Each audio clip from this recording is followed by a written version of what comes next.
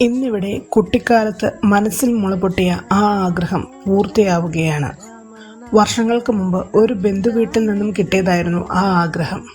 അവിടെ എൻ്റെ അതേ പ്രായത്തിലുള്ള ഒരു കൊച്ചു സുന്ദരിക്കുട്ടി ഉണ്ടായിരുന്നു. നന്നായി പാടാനും വരയ്ക്കാനും കഴിവുള്ള ഒരു കൊച്ചു മിടുക്കി. അന്നത്തെ ആ സന്ദർശനത്തിൽ എന്നെ ഏറെ ആകർഷിച്ചത് അവളുടെ പുതിയ പെയിന്റിംഗ് ആയിരുന്നു. ഓയിൽ പെയിന്റിങ്ങിൽ കടുത്ത നീലനിറത്തിൽ തീർത്ത കുസൃതിക്കാരനായ ഉണ്ണിക്കണ്ണനായിരുന്നു അത്. ആ കൊച്ചുമിടുക്കിയുടെ മഴവിലൊളി വർണ്ണനിൽ ആകർഷിതയായ ഞാൻ തിരിച്ച് വീട്ടിൽ വന്ന ബുക്കുകളിൽ തലങ്ങും വിലങ്ങും വരയ്ക്കാൻ ശ്രമിച്ചു നോക്കി. പെൻസിൽ ഡ്രോയിങ് പോലും പൂർത്തീകരിക്കാൻ എനിക്ക് കഴിഞ്ഞില്ല.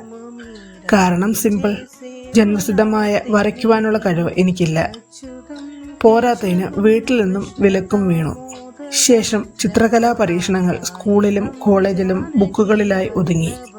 അന്ന് പൂവണിയാതെ പോയ നിഷ്കളങ്കമായ ആ ആഗ്രഹം മനസ്സിൽ കിടന്ന് പടുവൃക്ഷമായത് ഞാൻ പോലും അറിഞ്ഞില്ല.